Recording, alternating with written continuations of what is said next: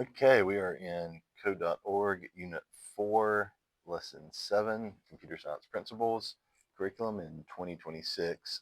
This is a new one for me, um, but this is option C, so we've already done A and B. Just like A and B, I just kind of went ahead and did the grunt work, and we'll walk you through it.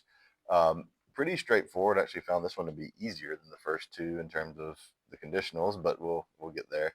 Um, so we have our variables created for us already. Our user interface is done.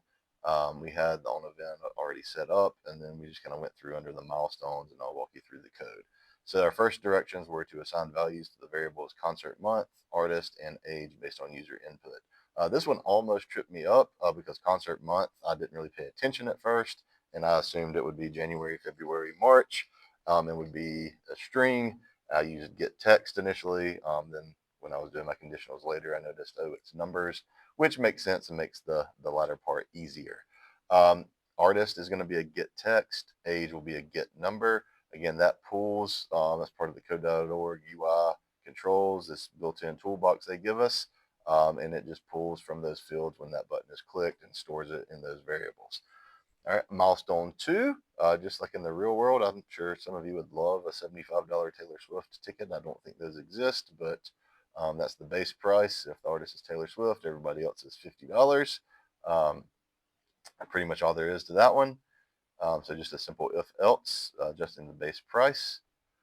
All right, milestone 3, we want a conditional statement to set is child to true if the user is 16 or younger, and set it to false if they are 16 plus. Um, so there, because it says or younger, I'm assuming that means older than 16. I just use 17 as a cutoff, so that would include 16. So if the age is under 17, is child is true. That is not a string, that's a Boolean value being stored. Else, meaning it is, all right, 17 or more, that's going to be an adult, where we'll set is child to false, meaning that person is an adult. All right, milestone 4. This is where you could have done this a lot of different ways. This is where using numbers instead of month names makes this a little less messy.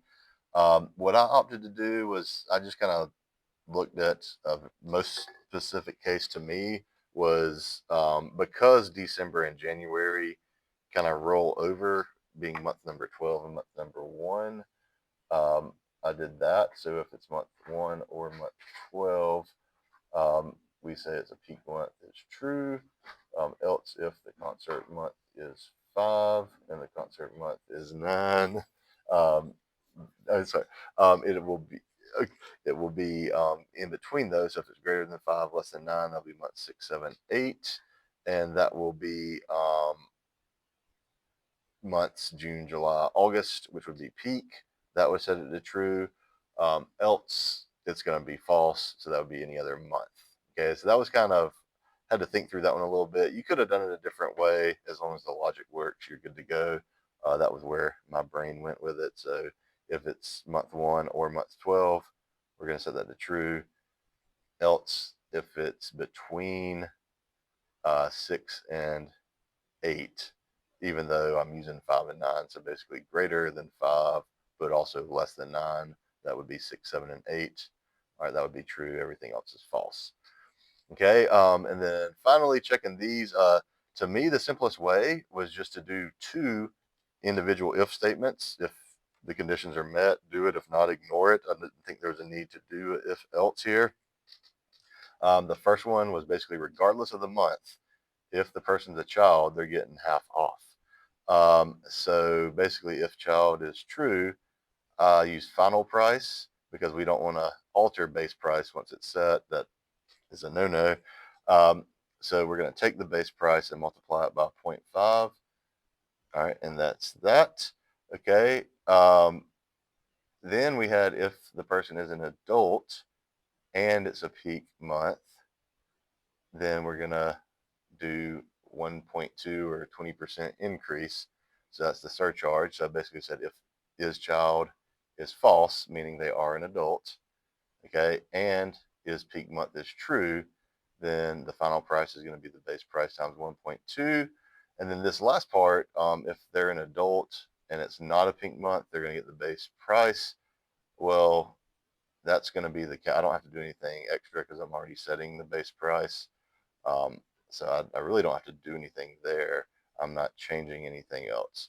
So there was really no need to add an if or an else for this adult and not peak month.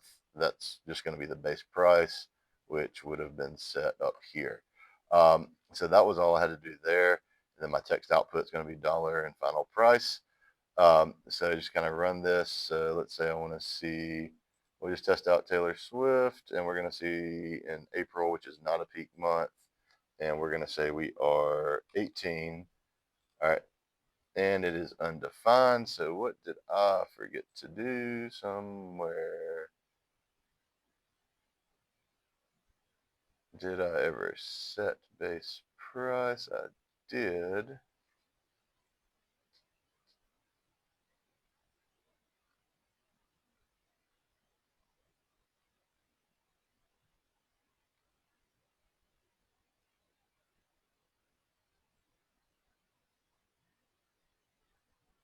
I'm guessing, I think I might have put this down. I guess I do have to throw in an else right here, which is strange, but it'll probably fix it. If I just say else,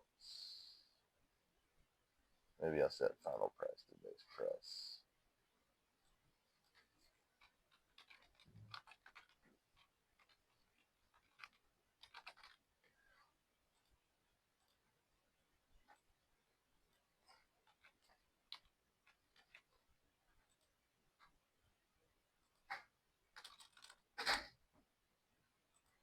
Okay, so maybe I did get a little overzealous there. Let me try that one again. That's why you test it out. So let me get a Taylor Swift. Again, we're going to be 18. If I'm going to take it, okay, 90. Let me go to a non-prime month, 75. Okay, so I did have to have an else. So that's why you test it out. I should have tested it before I recorded, but hey, it happens. So again, the issue was I had never set final price right here. So for some reason, I guess right there, I needed to set it to base price at some point. Another fix I could have done would have been to, at the very beginning up here, I could have set final price to base price by default. Um, but base price wasn't set either, so that doesn't, scratch that. This is going to be the easiest way to do it. So just, we do need to set it there. That's my bad. Okay, so we should be all set. The last step, again, it's probably going to want us to modify something to make it better. Um, you refactor your code. Can you add in, use another input, use conditional logic? Um, I don't think the random number, that's kind of boring. Um, one thing that I would do more than likely is I could fix it like after that button is hit up there. I could go ahead and set final price to base price once. Actually, after that step. So that'll be the change I will make just out of curiosity. Um, I'm going to cut that, move that down. And after that base price is set, I'm going to do that. Okay, and now I'm going to run it. I'm going to test it out again. Let's just stick with, so Bad Bunny, April. This should be $50 if I'm 21. Okay, if it is a peak month, there's a surcharge. I'll make sure it works with Taylor Swift. That's a peak month, 90. Non-peak month, 75. Child, I got the discount. So yeah, that's something I could do to probably simplify it. I can just set final price to base price here. Then I don't need the else down here. So that's the modification I'll make. Lastly, we'll get into these two questions that, again, I covered in the other videos, but if you only did C, you're probably only watching this video. Just trace your code. Okay, right here, if live is 0, that's not the case, it's 3. So we move to the else. Score is greater than or equal to 5, and score is 4, that's false. So then I run the else, you win is what's displayed. And then the last one, if we're looking at it, it wants to know what needs to be input for cold to be displayed. Well, if I look at this part, if the number is greater than or equal to 10, then I'm going to display medium. If it's between 10 and 20, else I'm going to display hot. So the final else is off of this if display cold. So that means if the number is 9 or less, it's going to display cold. My only option that fits that is A, 5. There we go. Okay, so that completes lesson 7.